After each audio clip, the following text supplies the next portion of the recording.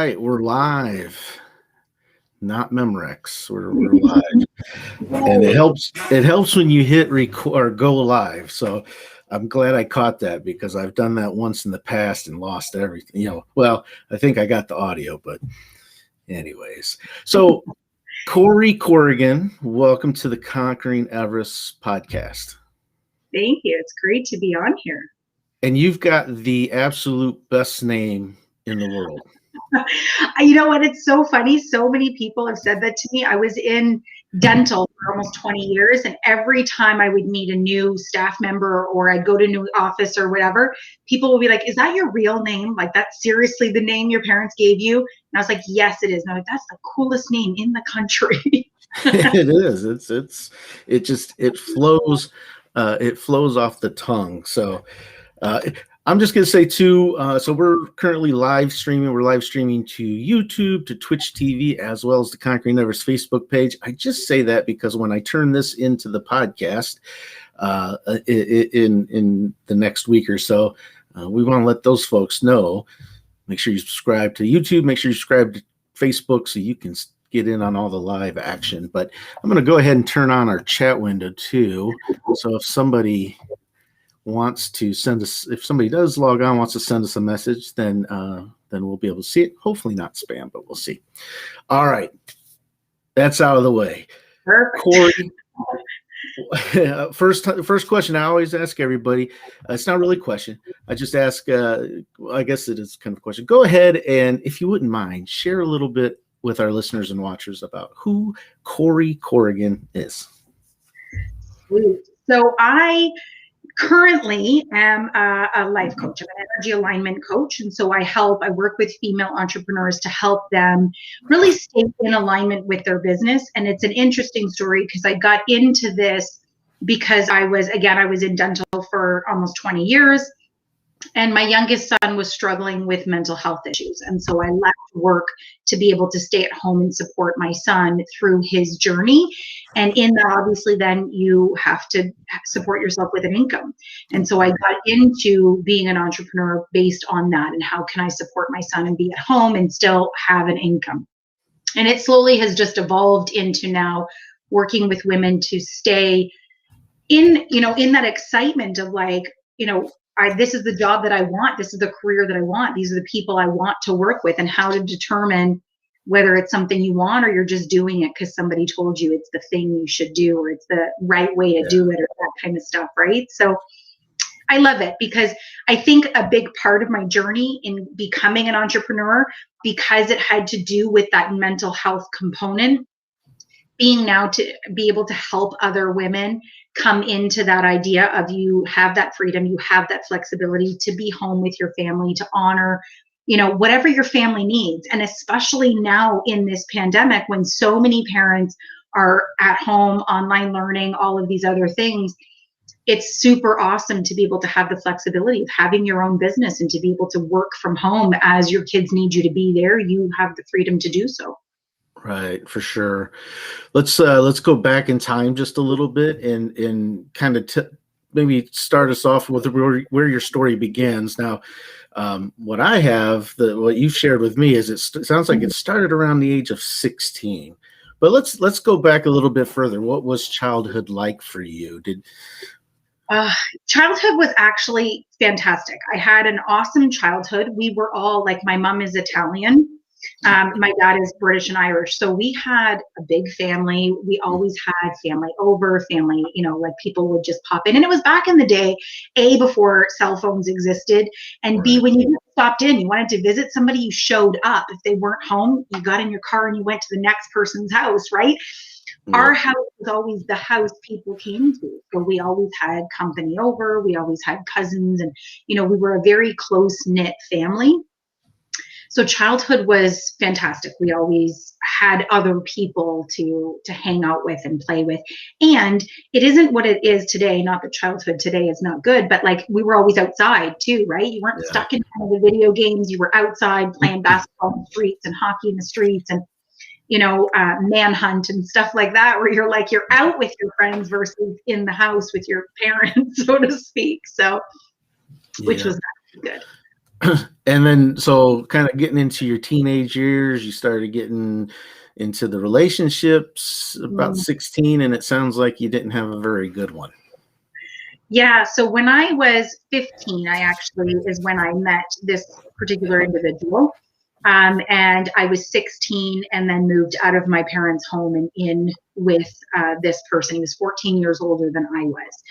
And at the time, obviously, I was, 16, and I was more paying attention more to the fact that he was like this person who was older and paying attention to me and wanted to spend time with me and how great that was. And what I didn't know at the time was that he had addiction issues and mental health issues, and struggles. And so it turned into a very, very toxic environment. It was an extremely abusive relationship. And it took me until just after I was 19 to come out of it.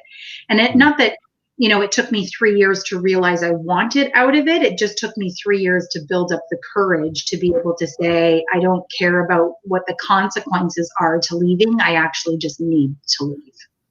What did your parents think about that age gap? Was it, it seemed, I'm trying to think back, because we're close to the same age. I'm a little older, but I'm trying to think back if it was super taboo back in those days or not. But what did your family think about 14, 16 year age difference? So he actually knew my family. And so a lot of the groundwork from the beginning of the relationship, now in hindsight, looking back, was him laying the foundation of like, don't tell anybody because they're not going to let us hang out. They're not going to let this, they're not going to let that. And so it became this because, like I said, as a child, I was very close with my family. I was, my aunts and uncles were all interwoven into like one household essentially, right? And so then it was like, I'll pick you up around the corner and drive you to school, and I'll pick you up around the corner and drop you off after school, and, those kinds of things. And it wasn't until I was actually in it, and my parents obviously did not agree with it, but I was 16, like, at 16, and I say this even to my own children, right? At 16, you probably know the most in your life that you're ever going to know, because at 16, you think you know it all. You've got all the answers. You're like, invincible, and nothing bad can happen to you. And so even though people would try to tell me this isn't right, it's not healthy, that kind of thing, my parents, phoned the police and said, what can we do to stop this? There wasn't anything that could be done. And so it was basically just, waiting for me to come to terms with this wasn't the right thing for me to be in. Yeah. You mentioned he had some mental health struggles. Was that your first, because it sounds like, pretty good home life. Mm-hmm. Maybe mental health wasn't a topic, but was that your first kind of introduction to mental health wounds, or? It wasn't, but it was the first time I was aware of what mental health was, I think. So my grandmother growing up was schizophrenic. And so we always knew she was schizophrenic. What schizophrenia was, like, we didn't really have that concept of knowledge of what it was. But we knew to be able to tell people my grandmother's schizophrenic. We knew she was on monthly needles for medication. And so we knew if she missed her medication, we would know that she missed it. And, it's funny, even this last weekend, I was talking to my brother and sister, and we were saying, like, she was the best grandmother in the country because she was crazy and didn't know what was happening. So she would get her check and she would take us to the arcade, and we would spend hours at the arcade playing the games, the bowling game and the basketball games, eating pizza. And we'd go home. She'd have no money. We'd walk home, which was like across the world to us as kids, right? But we'd walk home, and then she'd have no money to pay her rent. And my aunts and uncles would all have to pitch in and help out. And we didn't have any concept of that as children. We didn't know any of that. And now looking back in hindsight, we were like, yeah, okay, I guess I can see how that wasn't good, those kinds of things. But I think the first awareness that I had of mental health and what that is, and, how it is so closely connected to addictions and those kinds of traumas and problems, was with this relationship, right? So he had addiction issues. he had mental health issues. His mom committed suicide, and he found her when he was younger. And there was a lot of like, now as an adult, I feel sorry for and can see where like he got caught up in his trauma and his story and, you know, all of that. And I don't look at it and go, oh my God, like how can this person do this thing? To me now it makes sense. That he struggled so deeply. And so of course you would want to control another human being. Of course he would want to control his environment. That's how he found like his way of getting through and coping too, right? So it was the first time I was ever really like, oh, this is life. I didn't realize those things existed outside of my home until of course I was in it. Yeah. Pardon me. And you said you were in that relationship till 19 years old? Just after my 19th birthday. Right. Yeah. What kept you in that, or do you think kept you in that relationship despite the mental health, the addiction? In the beginning it was loyalty, right? Like I think there was a big part of me not connecting really to the mental health component, that just thought this human being has never been loved before. So if I show him that I'm different, if I show him that I'm not going to leave, if I show him that I care, if I show him that I'm, you know, I put it all on me. If I'm good enough, he will be better. Yeah. And then later it was out of fear, right? Like as soon as I started to pull away and go, okay, you're not changing, you're not giving a little bit, you're not like things are not, and he started becoming abusive. Then it was more fear. If you don't do this, I'm going to do this. I'm going to find you here. I'm going to find you there. And I remember there was a time where I was actually at a friend of mine's and I had not said where I was going. I did not say, you know, who I was with or whatever. And all of a sudden my girlfriend answered the phone and she looked at me with this like really odd look on her face. And she said, Corrie, the phone is for you. And I was baffled because nobody knew I was there, right? Like I didn't tell anybody. And it was him on the other line. Wow. And he said, I know exactly where you are. I know when you're there and who you're with. So don't do this again. And for me, that was that moment of like, oh shit. And I think from that moment is where more of the fear kind of stepped in. And I went, I have to watch what I do. I have to pay attention to this. And it became also this protection of people around me. I didn't want other people to feel that fear and get injured based on hanging out with me. So I started isolating from other people and not going to other people's houses so that I didn't extend my relationship into other people's lives as well.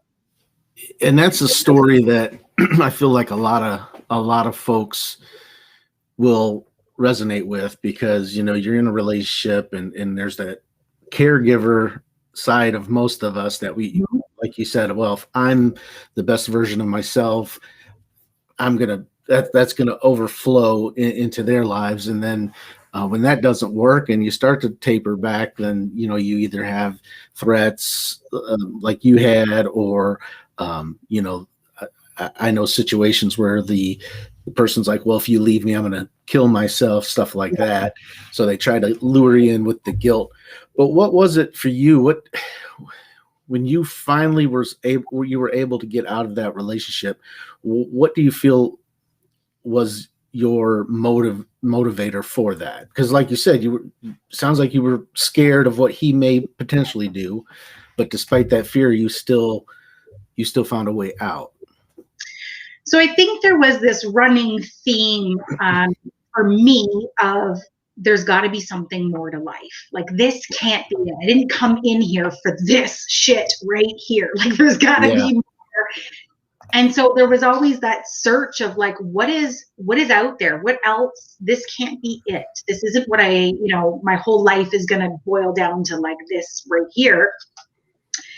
And I finally got to a point where I said, I don't care anymore. I don't care if you hurt me. I don't care if you hunt me. I don't care if you find me. I don't care.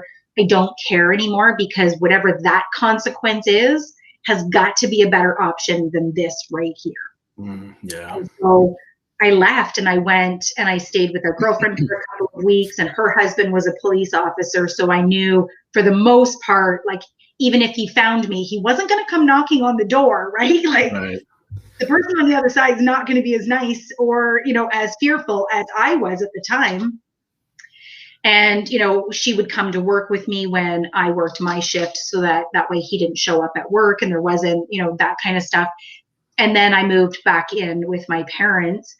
And, it took a long time for me to slowly get comfortable with going out of my house unattended, like without somebody by my side, so that I wasn't by myself if he showed up. And then he started dating somebody else. And I thought, perfect. This is the best thing that ever could have happened, because it's going to be somebody else and not me anymore. He doesn't care what I do. And that for me was, he still did. There were still moments where I got phone calls and I got, other things. But for the most part, that was kind of the gateway for me into my freedom, was that somebody else took that attention. Somebody else became that person that I was so easily ready to walk away from for him. Right. So let's kind of move forward in the timeline. So you out of this relationship, I imagine it took you maybe a little bit of time to get comfortable with the idea of a relationship again, but it sounds like you ended up starting a family once you got into your 20s. Yeah. So right out of that relationship, I had the awareness. So there was a moment where I was actually at the doctor's and I had said to the doctor, because I was very self-aware, I think, through my whole life. I'm the oldest of 4 children. So I've always had that awareness of other people and of me. And so I went to the doctor and I said, I think I need some sort of therapy. I need to talk to somebody, because this wasn't a good relationship. It wasn't a good environment. And I think I need help kind of processing that. And also so that I don't repeat the pattern, so I don't do it again and, stay in that cycle of calling in and behaving and being in all of these toxic relationships. Right. And I remember sitting in the doctor's office, and behind me on the wall was a piece of paper, and it had different types of abuse. So emotional, mental, all of physical, sexual, religious, all of these types. And I took the paper off the wall and I looked at it. There was probably 45 different examples of abuse under each of these categories. And I think less than 10 applied to me. And so when the doctor came in, I kind of handed her the paper and I was like, this is the first time I'm actually aware of how abusive the situation was that I was in. Oh, yeah. And so I started getting help, but because the fear was so strong, I knew that the only way for me to get from where I was to where I wanted to be was to have somebody who I felt could protect me. And so I immediately got into a relationship with somebody who I thought was big enough size-wise that, my ex wouldn't come looking for me. And if he did, that would be his problem, not mine. Yeah. And somebody who had a big enough mouth that it wouldn't come to physical violence, because, one of the things that I learned through therapy is that, yes, domestic relationships generally are the man and the woman. And when another person who has any sort of backbone stands up, the abuser usually backs down, right? Mm-hmm. Like they're not going to come at another male who's up in their face, because that's not what they do it. They don't do it for that. They do it over the control. When they don't have it, it's not, they don't care about that anymore. And so I got into a relationship with my kid's dad. And, out of that, then I had both of my children. We were together for, I think, almost 5 years. And then my kids were 2 and 3 when we separated. And your youngest, he ended up suffering from mental health issues. What age did that manifest? So I think I started noticing it probably around 8 or 9 is when I started to notice that something was off. He was always super friendly. He was always easygoing, got along with everybody. Like when I tell people about my children, right? My oldest, Zachary, the very first day I took him to school, he went in one door and out the other door and came around the parking lot looking for me. The teachers actually called me and went, "You have to come back and get him. He is like, I don't know what happened." Whereas Cody would go in and he loved being in school. He loved being around other people and he got along so well with other people. School was fun for him. Zachary, not so much. Like Zachary was very much there to learn, not there to play. Mhm. And so when that shifted and Cody started having difficulties in the classroom and he wasn't listening to the teachers and he was misbehaving, I think it was around 8 or 9 when I was like, okay, something's off. But because their dad and I were going through our separation and court issues, that's what I boiled it down to. I just thought, there's just too much going on at home for him. Yeah. It still didn't occur to me that it was mental health in any way. And I think when I started to think maybe there was underlying mental health issues, my first thought was, I hope he's not schizophrenic, because I knew what that was like for my grandmother. I knew growing up, not in a bad way, but people would say, oh, just dismiss that thing that grandma's doing because she's just crazy. Just ignore that. And I was like, I just don't want people to talk about my son like that. I just don't want people to think that of my child. Yeah. And so that's where my mind went into that, like, oh God, it's my family genes, or it's something I did or didn't do that now my son is going to have this struggle. What was the diagnosis for what was he just, was it depression, anxiety? What was it for him? By the time we got him a physical diagnosis, it was severe depression and social anxiety. And he was borderline oppositional defiance disorder, which is a fantastic cocktail to have, because anxiety obviously is that like panic. Depression is that not want to go anywhere. And the oppositional defiance disorder is like, I'm going to just kill everything and everyone that enters my path when I'm in the mood. So it was definitely a struggle. And it's interesting because now looking back, those same ways that I dealt with my abusive relationship of like pulling away from people and not letting people into my home and not going into other people's homes is exactly how I dealt with my son's mental health issues. I didn't want people to judge him. I didn't want people to change their opinions of him. So I didn't bring people into the house. I didn't, anytime I made plans, it was, I'll come to you.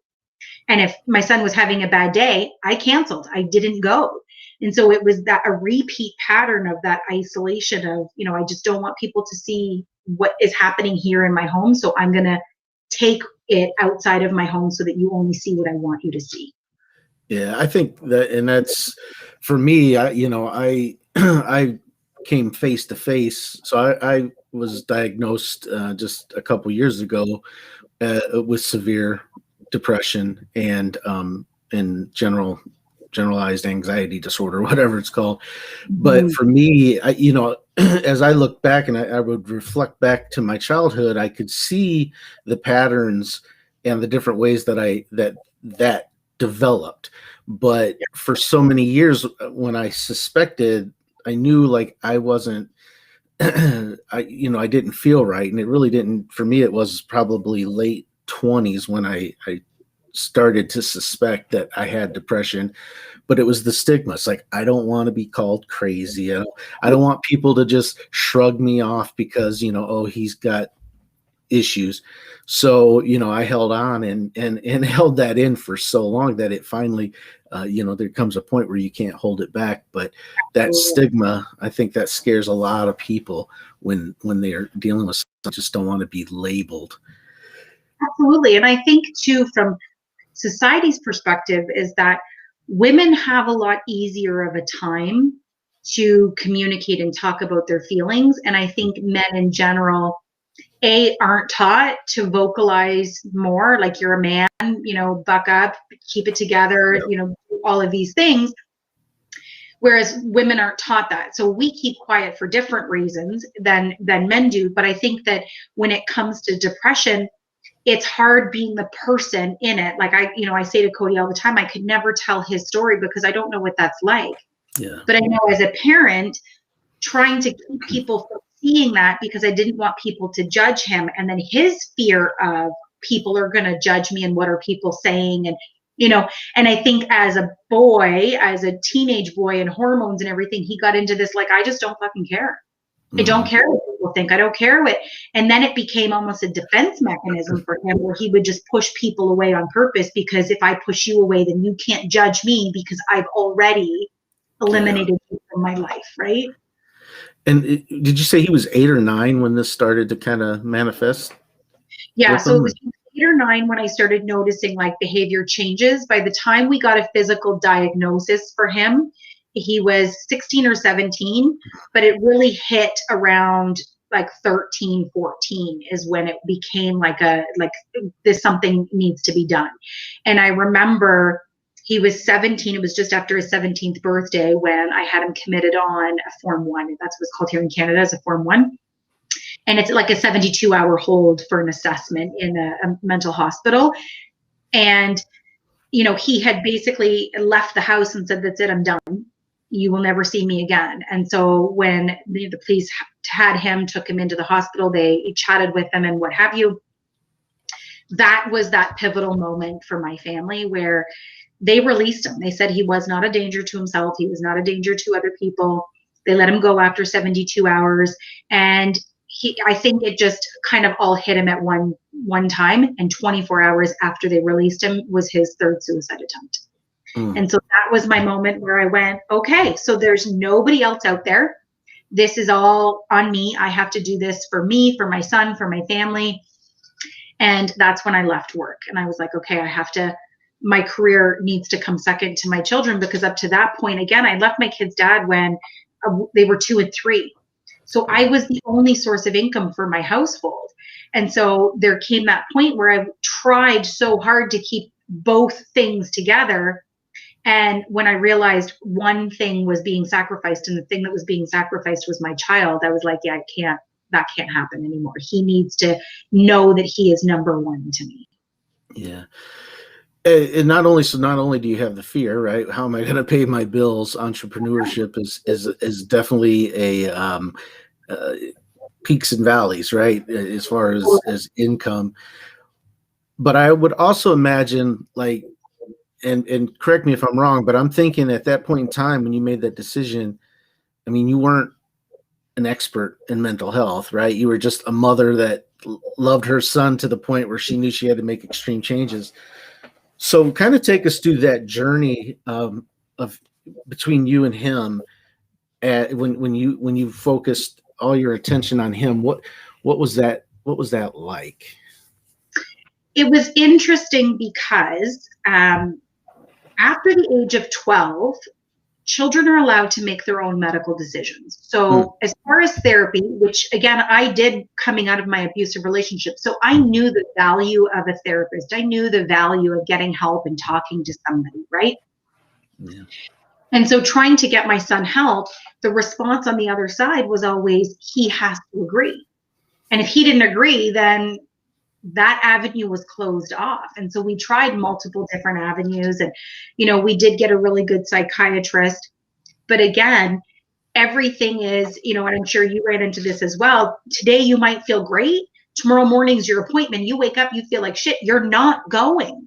Yeah. And there's nothing I can do to force him to go. I mean, at the time he was 17. He wasn't 7. So it's not like I could pick him up and put him in the car. Like, he was 17. He's bigger than I am. He was stronger than I am. He said no, it was a no. Like, we're not going. Right. You're not going. And I'm calling the therapist going, it's a bad day. He's not doing this. It's a bad day.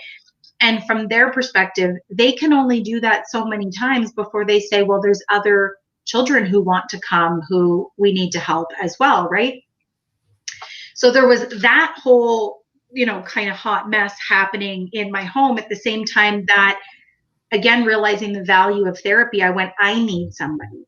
Like, this is great for him, and I'm doing what I can in searching for what is out there that is going to help him, that can do something for him. But at the same time, I need something to help me. I need somebody who, I can bounce ideas off of and come to when I'm struggling and having a hard time, so that when it comes to my son, it looks like I have it all together in front of my son. And I had a friend of mine sent me a book from a woman who was going through a very similar situation, or had gone through a similar situation. And I said, this is like, that's what I needed. I needed somebody who knew what I was feeling, what I was going through. Because at the time, and in your head, this isn't my fault, I didn't do this. But your heart, your whole body goes, yeah, you did. You did. What if you did this? And so you almost start cataloging every single thing that you've ever done in your child's whole life And you go, maybe it was that moment, maybe it was that decision, maybe it was that time, maybe it was this thing. And so it was, she wasn't a therapist, she was a life coach. And so at the time I was like, I don't care. I don't care what you do. I don't care who you are. I don't care what it is. I just need somebody who understands what I'm going through, who's been where I am, who, when I say today's a shit day, no, sorry, I can't function, goes, yep, no, totally there. Got it. I know exactly what you're thinking and feeling right now. Right. And so in my work with her and in the conversations with her, I learned how to separate myself from my child, as odd as that sounds. I wasn't him. He was going through this and I was going through something separate. And then we as a family were going through something together. And so I learned how to compartmentalize each of these things and how to separate what I was doing from what he was doing, and what I was doing and how I was reacting and how I was behaving fed into certain behaviors he had and certain things that he did. And not to say that he wouldn't have done them anyway, but maybe they wouldn't have been 99% of this. Maybe it would have been 60%, right? And so then I started changing my behaviors. I started meditating. I started doing yoga. I started physical activity. I started running. And I started, watching what I ate and, surrounding myself with people that made me feel good about myself, which now, being in energy work is so super important. Like if you're in a shitty space and you're around people who are constantly complaining and constantly negative, right, that's going to play on you, and you're not going to get out of that any quicker. But if you are around people who lift you up, who are laughing, who are happy, who are, it does give you that moment of reprieve that you need in those moments, right? Mm-hmm. And it, for whatever reason, however it works out, it did change my son, because he started doing some of the things that I was doing. He started, sleep in mental health, sleep is super freaking important. And when you're depressed, when you have anxiety, when you have all of these things weighing on you, sleep is the last thing that you think is important. And when you climb in bed, your mind doesn't just turn off, right? Like everything is still playing.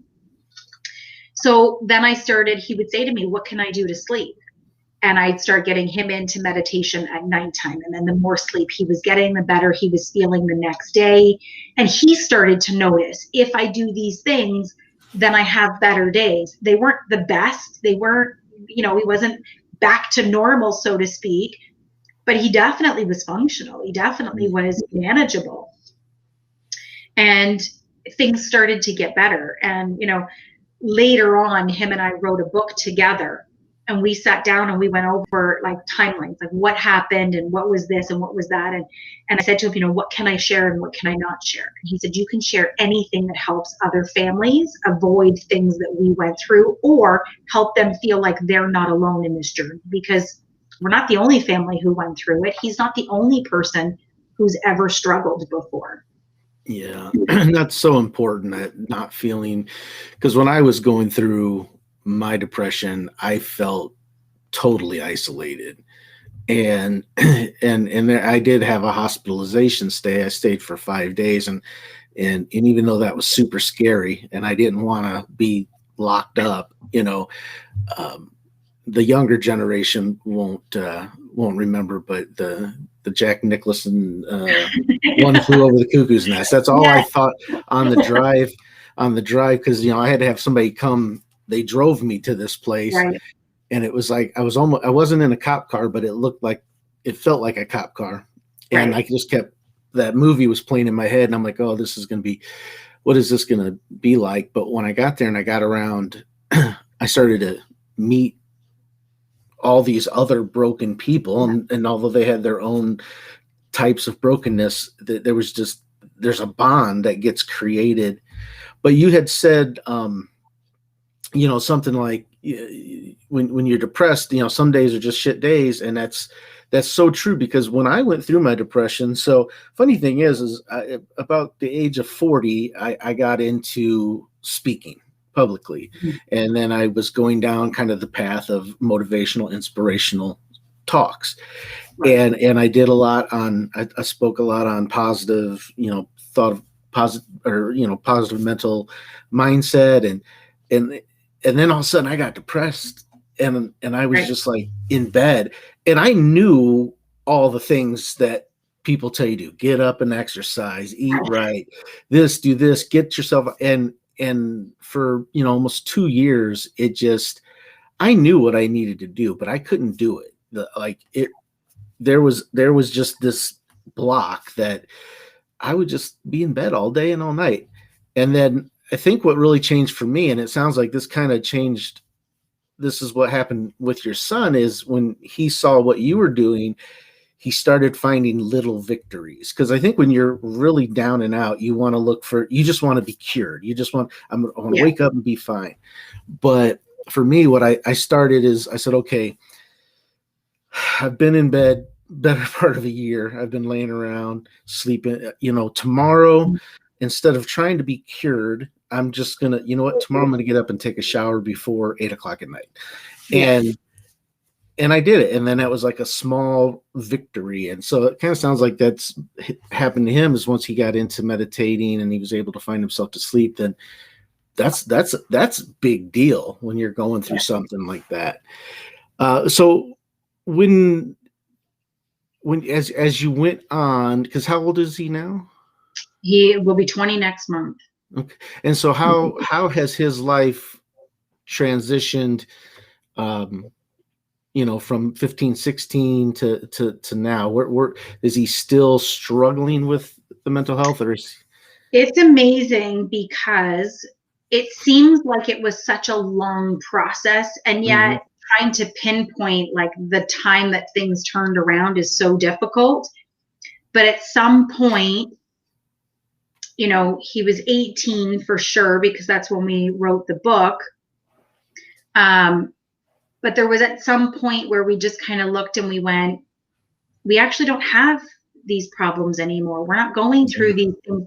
Like, you don't even notice you're not doing it because you're so used to, in that struggle, going, I just got to make it through dinner. I just got to make it through this TV show. I just got to make it to this time. I just got to make it to this time. And, it's interesting because you say, I just got to celebrate that one thing. I just had a shower before 8:00 tonight. It's what I teach in my coaching today. I don't care, when I teach gratitudes, I say to people, I don't care what you celebrate. Celebrate the fact that you woke up today. Celebrate the fact that you have warm, fuzzy socks. Celebrate the fact that, like, you got dressed, you put pants on. Great, good for you. But gratitude is that, it being in that space. And so being in that moment where you flip from, I just have to make it through this. I just have to make it through this. I just have to get through this. I just have to get through that. To now being in that space of, I just did this. I just did that. I just did this. We got through dinner. Nobody yelled. Nobody screamed. Nobody cried. Nothing was broken. And you almost, now looking back, I realize it was the gratitudes. But I didn't put that together then. I didn't realize that I was doing that and being in that space of changing my mindset and concentrating more on what was going right than going wrong, until all of a sudden one day, we're looking back and we're like, we don't even know when it really changed. We don't know when it stopped. And I mean, I'm happy to say, and I know this is not the case for most families or for a lot of families, he doesn't struggle today. I don't have concerns about his mental health today. He is happy. He laughs. He loves life. He has a 2-year-old son. He is an amazing father.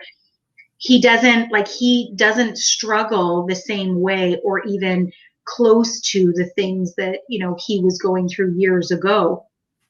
And even though it's like 3 years ago or 4 years ago, it seems like it was a totally different life for us back then than it is now, because he is so disconnected from where he was to where he is now. Yeah, and that's what happened with me. Is it was just one day I was sitting there and I'm like, man, I feel really good today. And I think you're spot on when you say it's learning to appreciate the small wins. And because that's where it's really, when I think back and I'm like, well, where did it start shifting for me? It is when and it wasn't only on my own accord, because I did have a coach or a therapist that helped me along. But one of the things he told me is, he said, just you got to get up and celebrate the fact that you woke up. It seems so, and you're not going to feel like it necessarily in your mind, but you got to start celebrating the small victories. And so every night I'd go to sleep or usually not sleeping, I'd be at 3 a.m. I'm like, you know what, when I finally do fall asleep and wake up, I'm going to do this. And then I just celebrated the shit out of it, and I had a really good time with just these little things. And eventually those little things turned into big wins. And then I felt great. Let's talk a little bit about your book. Let's introduce your book and what will folks, what can they expect to get out of that? So the book that I wrote, again, I can't really speak to Cody's journey so much because I wasn't there. Like, I'm not him. Right. So the book was really how I connected back to my son, how I discovered, not all of his problems per se, or what he was going through was because I did something wrong or because I was a bad person or a bad mother. It also was learning how I contributed, like I said, right? My stories were at play in all of this. And so, of course, being with my son, who's borderline oppositional defiance disorder, triggered me and my trauma from being in an emotional abusive relationship. And so looking at all of that abuse and then projecting that onto my son, of course, that escalated anything that he was doing. Yeah. And so I think just those realizations of what we do and how we contribute to different situations. And then it's that idea of, like, you've isolated. You don't go out, you cancel your plans, you don't let people in, you don't talk to people about what's going on in your life. So how do you come back out of that? How do you start now reaching out to friends that you shut off? How do you start communicating with people that you long ago shut out of your life, and, all of those things? And so the book is really just about that part of the journey and how in that journey I allowed myself and my son the space for him to be able to say, these are the actions that I own. These are the behaviors that and rather than blaming them on everybody else, right? Like, you did this to me, and I did this because you did that. It gave him the space to actually sit and think about what part of this he was able to control. And yes, there are some things you can't control, right? And like you're saying, you, in your mind, you're like, all I have to do is just get out of bed and have a shower. But your body in that moment seems to have its own brain. And so this is going, get out of bed and have a shower. And this weighs 950 pounds and isn't going anywhere. Like, the two are not communicating. And so there were things that, yes, in those moments, Cody could not control. But there were things in those moments Cody could control. And so it gave him the space of being able to figure out what he could and what he couldn't. And what he could control, he started to control. And one of the other things that I talk about in my book is, I think just as a society, we label people based on their emotional behavior. You are bad. You're doing bad things. You're, all of these things. Why are you angry? Why are you sad? We don't say to people, why do you feel this? Like, you're not your emotion. Right. You have an emotion. You feel an emotion. You're not an emotion. You're a human being. And so when we take that out and we say, you are you, and you feel angry. Why do you feel angry? Why do you feel sad? Why do you feel these things? It does give you that appreciation for, like, oh, wait a minute, what am I feeling? Why am I feeling that? And so then you're able to say, and it goes into almost that control piece, right? I'm angry, or I feel angry because of, and what part of that did I contribute to? What part of that can I control so that next time I can't? And a big part of mindset stuff that I teach now is giving your mind alternative solutions. Like, it's great to say, I shouldn't have done. And so the next time you do it, your mind goes, oh shit, we shouldn't be doing. But if you don't give it an alternative solution, it doesn't know how to flip you into a different thing. So instead of saying I shouldn't do, because you can't change the past, you've done it, it's there. Now turn it into, like, I could have done, and give yourself options, healthy options, to say, I could have walked away. I could have gone to my room. I could have done this. I could have gone for a walk. I could have, called my so-and-so. So that the next time you're in that situation, your mind automatically goes, you know what we could be doing right now? We could be going for a walk. We could go do this. We could go do that. And maybe 5 out of 10 times, you're not going to take up the healthier option. You're still going to engage. Right. At least 5 out of 10 times, you're going to take the healthier option. And then when you realize you're feeling better in that, then, you know, it's 7 out of 10 and 8 out of 10 until, like, you know, Cody and I, you look back and you go, when did I actually stop making that decision? Most of the time you don't know, because you're just so focused on, I got to do this right now. Right. You're building on to those newly formed skills, even though they're not really newly formed. They've always kind of been there, but you're building onto it. So the book's called The Stranger in My House: How to Reconnect with Your Child with Mental Illness, right? Yeah. And that's available on Amazon. There's going to be links to, you know, folks can check that out. Also going to have a link to your website. So I'm going to bring your website over. So you're, as I look at, I'm in the midst of reconfiguring the website, but yes. Yeah, when I was reading through it, you know, you talk about kind of your coaching, and here's these things caught my attention.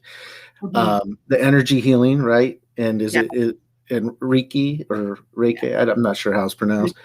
Yeah. And then hypnotherapy is a part of it. So let's talk about your coaching. What does that look like? So somebody is listening to this show, they're connecting with you, they feel that energy, and they say, okay, I need to reach out. I want to be coached by Corrie. What can they expect? Because some folks like hypnotherapy, like, whoa, what is that? You know, what is energy healing? So give us an idea of. It's interesting because how it all started for me, again, because I was working with a life coach, one of the major things that she taught me about me, and it's probably one of the biggest parts of what I do in coaching today as well, is really teaching people how to listen to your body, how to hear what your body is saying, what is right for you. Because what is right for you isn't necessarily what everybody else is doing. And so it's nice to be able to say, oh, just do this thing and your life will be perfect. Great. But that thing may not work for you. You know, meditation isn't for everybody. Yoga isn't for everybody. The gym isn't for everybody. So you can't have black and white, like do it this way and this. Well, you have to have the gray area. We live in the gray area, right? Mm-hmm. And so one of the things that she taught me was like the signs and paying attention to what my body wanted or didn't want. And it was interesting because in paying attention to that, multiple conversations about it came up, and I had no idea what it was. And I had no idea how to explain it. I had never done it before. And somebody that I knew through a dental office that I had worked in reached out and said, hey, I'm doing a Reiki practitioner class. If you would like to be a part of it, this is when it is and what it costs and blah, blah, blah, whatever. And so alarm bells went off and went, okay, there's something here. Mm-hmm. So I went into it and went, I'm supposed to do it because it wouldn't keep coming up if it wasn't something that I, you know, am supposed to do or should be curious about or whatever. And then I opened up a Reiki practice. And so I started doing Reiki with people. And what I found doing Reiki is that I actually talked to people more than anything. So being able to connect into somebody's energy, I was able to feel things and say to people like, are you, you know, your head is a little bit foggy. Do you have a lot of stuff going on, a lot of this and that? And I was able to talk through some of those things and offer people different solutions that were specific to you solutions. They weren't the same things I said to everybody. They were different things. And I would say to people, I don't know why I'm saying this. This doesn't make any sense to me. Does this make sense to you? And they're like, yes. You know, and I just did it last night. I have a mastermind. And I said to one of the girls, you know, like in bowling, and I have no idea why I'm using bowling because I'm an awful bowler. And she goes, I go bowling all the time. And I was like, see, well, there's like, I don't know why I say the things I did, right? And so then I started enjoying the coaching aspect. And so, yes, I still sent distance Reiki, or I still did Reiki with people. But most of my business was about the coaching, and I just used the energy healing in the Reiki as a method, like a tool in my toolbox. And I started realizing that a lot of what people come up against, a lot of what is dealing with in the coaching were limiting beliefs. And the reason a lot of people, there's this conversation about limiting beliefs versus beliefs. Yes, they're all beliefs, good, bad, or indifferent. It's a belief. It becomes a limiting belief when it stops you from behaving in a certain way that is beneficial to you. And so when people think of hypnotherapy, people think of like stage stuff, right? You go up on stage, you act like a fool, you cluck like a chicken, you go back, you sit down, life is grand. So a lot of times, and my sister said it to me, right? No, I'm not going to let you hypnotize me because I don't want you to make me cluck like a chicken. At the end of the day, a hypnotherapist can't make you do anything you don't want to do. What hypnotherapy does, if you think about almost like a car amp, again, I have no idea why I'm using this example, but it just amplifies what already exists. So the amp itself doesn't create the music, it just amplifies the music that already exists from the radio. And so hypnotherapy does a very similar thing, and it takes a want and a desire. I want to do this thing, but I keep running into a roadblock. I keep, ending up at the same path over and over again. I keep doing the same thing over and over again, and I have no idea how not to do this thing because I'm trying really hard. I just keep failing. And New Year's resolutions are the prime example. How many years in a row do people make the same New Year's resolutions, right? Yeah. Because there's a limiting belief there. There's a belief in the background that is running on autopilot that is stopping you from doing the thing you want to do. And so hypnosis actually just amplifies that desire. It takes away that block that the limiting belief is stopping you from doing this. And it gives you the power to just make the changes, to just be the person you want to be and do the thing you want to do. And so this concept for me was like mind blowing. I was like, this is what people need right here. People need that help. It isn't just about, okay, go and journal. Yes, journaling helps. Yes, meditation helps, and physical exercise and diet and, therapy is super important. But sometimes you've exhausted all those avenues and there's something else. You need something else. And so I added hypnotherapy into that. So I have in my coaching programs, I have one that's called Clear Your Shit. And basically what we do is we figure out like what is your major pattern and habit that you repeat over and over again in all areas of your life, whether it is work, whether it is home, relationships, there is that running theme. And we figure that out, and then we figure out where it comes from and how to release it. And sometimes that is through hypnotherapy. Sometimes that is through Reiki. Sometimes that is through a series of other exercises. But it just became all of these tools that I thought, this is exactly what people need that we're not given. You can't go to the doctor and go, hey, I just need, like even smoking cessation, right? Mm-hmm. When you think about smoking cessation and weight loss, what do they put you on? Medication to do this thing. Right. Well, why is medication the answer? Why don't we try some other form of, a solution for people? And for me, that was hypnotherapy. And not to say that medication is a negative thing, but I found, especially with my son, medication wasn't the answer for him. It was when he came off medication and we did other things. And so, there are other families that I know where medication is needed, and medication will be needed throughout, your child's life or your life. And there's no shame in that. There's no harm in that for you. It is just honoring your body, and that is what is needed for you. Sometimes there are other options, and those are the options that not a lot of people are explained. Not a lot of people are given that choice. And so maybe it works for you, maybe it doesn't. But if you're not given the choice, you'll never know. Yeah, I think, and we're nowhere near where we need to be with mental health. Mm-hmm. Because you think back, it wasn't too long ago, people were being committed and their brains were being operated on. But you said it, you didn't say it directly, but you said it indirectly as, healing is not a one size fits all.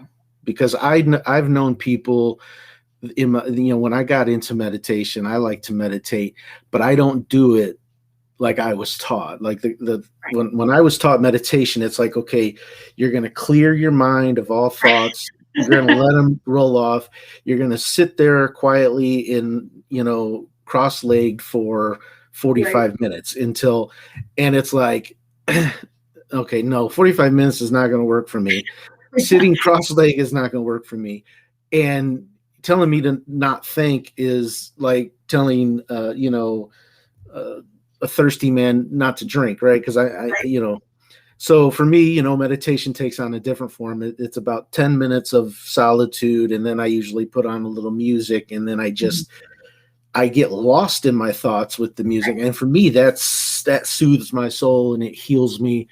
But for some, they want to be monks and they want to sit on well, I guess it's not fair. I don't know if monks actually sit on a mountain and meditate for days on end, but I just think it's so important that folks understand that one size doesn't fit all.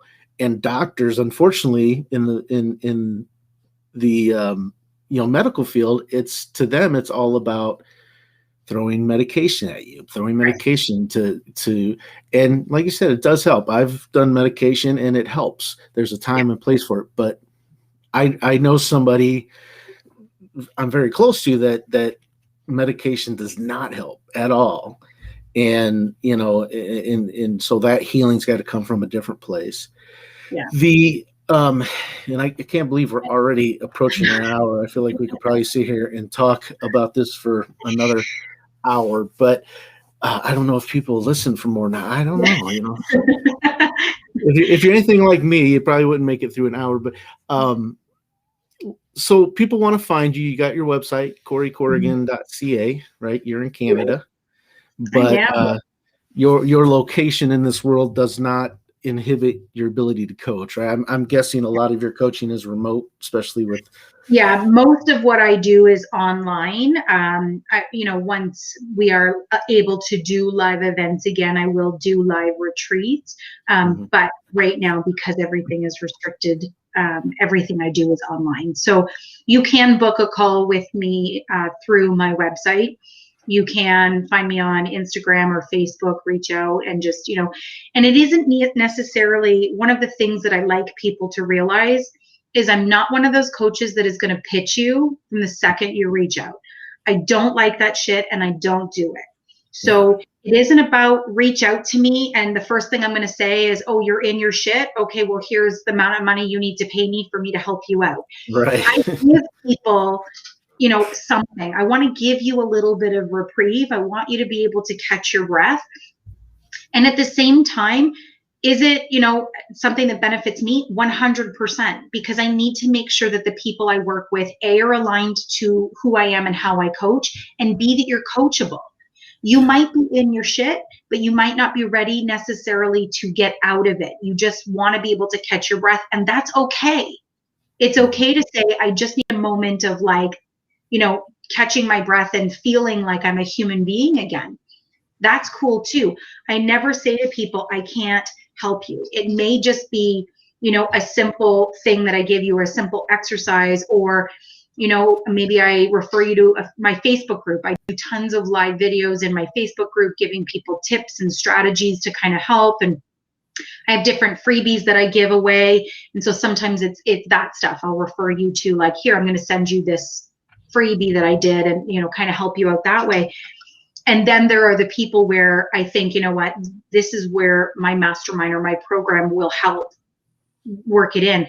But I don't do that from the second I talk to people, because I never liked when people did it to me. Yeah. And I thought the same way that medical has this one-way solution, I didn't want to be the person that went, you either got to work with me or you get nothing.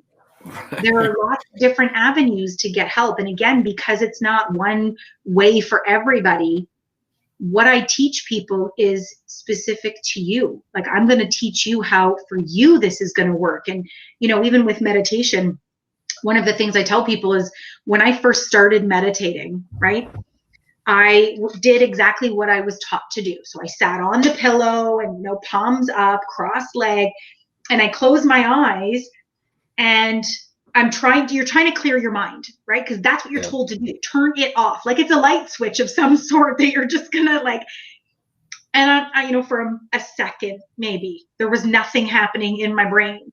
And then I was going down the grocery aisles of what I needed to order and what was on sale and what grocery store. And then forgot to turn over the laundry and there's stuff sitting in the washing machine. I wonder if it's gone moldy already.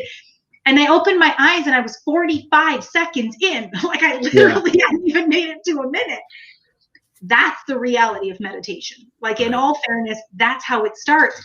But it's the consistency. It's building your meditation muscle, so to speak, and staying with it, going, it's not about fighting your thoughts. It's about being aware you're having them. It's about being aware of where they take you.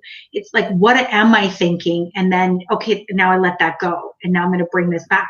Because if you're worried about something or you're stressed about something and I come in and go, hey, by the way, just don't think, you're not going to listen to anything I say. And you're immediately going to disconnect from me because you think I don't understand what you're going through. Yeah. So it's important for people to be able to see that meditation is not a thing you can just, it's not a light switch. You don't just go in one day and all of a sudden you have no thoughts. It's the same way with exercise. You can't just walk into a gym and be a bodybuilder. You have to build it up. Everything we do in this life is that build up. And that's how I am in my coaching business. What is it that you specifically need? You may only need to learn how to meditate. I will teach it to you. You may need more than that. I will show that to you. And it may just be that we're just not a right fit. Like maybe there's something where you go, you know what, you're just not for me. Maybe I know the person who is for you. And that's important too. Yeah. So as we approach the end of this episode, I always ask the last question, and that is, so in your case, I know there's going to be a whole lot of people that watch this and they're going to say, you know what, I want to reach out to Corrie. I want to talk to her about getting some help, but they're going to take about 2 weeks before they finally make that plunge. So for those folks, for any folks really, what is your parting words of wisdom for our listeners and our watchers? So I would say the most important thing for people to know is you're not alone. And anything that you're feeling and anything that you're thinking, shame should not be one of them. There is nothing wrong with you. You didn't do it wrong. You're not broken. You're not, like a waste of this or a waste of that, or nobody wants to hear what I have to say. People want to hear what you have to say. People want to know you're okay. And you're not broken. You just veered off the path. And you just need help. We all need help. I needed it. My son needed it. You needed it. Everybody needs it. So for us to live in a society where we think that we shouldn't need it, everybody in society does. There isn't a person out there who doesn't need help of some kind from somebody. Yeah. Very, very good advice. And that's something that I wish, schools, I don't know if they ever will, but that's something, Right. these skills to cope and the skills to learn meditation or hypnotherapy, all these things. I wish they would discuss these with kids because, at a much younger age, because I just see it more and more, especially with as connected as this world is. Right. You can have anything at your fingertips in a minute. I just feel like the younger generation is dealing with mental health. I don't know if the numbers have increased, but I see it a lot more because it's more accessible for me to see. So yeah. Definitely, that's great advice, and it's a lifelong practice. It doesn't you're not just cured. There's always going to be peaks and valleys. Yeah. So learning the skills and that's now. important, right? Nobody has a perfect life. And I just said I have a group of ladies that I do in my mastermind. We do calls on Monday nights, and we just had this conversation. Is that everybody on Facebook or social media of some kind has a perfect life. With perfect children and perfect home and perfect marriage, like they're perfect. Yep. But come off of Facebook into reality, nobody is perfect. So if you're sitting at home scrolling through social media going, oh my God, there's something wrong with me because my life isn't that, their life isn't either, right? Like that's important to know, is that nobody's perfect. Everybody has flaws. Everybody struggles. Everybody has something going on in the background. And so there's no shame for whatever yours is. Yeah. And that's good. And that reminded me of kind of a story that I'll just share with you is, so I got to know a very wealthy couple and they had kids, 2 kids, and they lived in the high class part of the neighborhood. They had the big house, and I went to their house one day. I was invited to come over, and I thought, okay, man, this house is going to be immaculate. I mean, they live in like a mansion. And when I walked in that house, there's toys everywhere. There's Mhm. their kids had run amok and did what kids do, and that's play and get out everything. And they were just like, yeah, don't let the exterior fool you. Like inside these walls is, it's organized chaos, but they loved it. And that Totally. was, and I think we all need to embrace that chaos in our lives and learn to love it and express gratitude for it. So, Absolutely. well, Corrie, I've loved having you on the show. I'm going to definitely keep in touch with you because I think I'd like to have more conversations down the road with you. And if you'd be willing. And yeah, for sure. All right. It's been fun. Definitely. I'm so glad that we connected, and I love being on the show. Thank you. Well, don't go anywhere. I'm going to go ahead and take us off the stream, but we'll have a chat after the fact. So, Perfect. all right.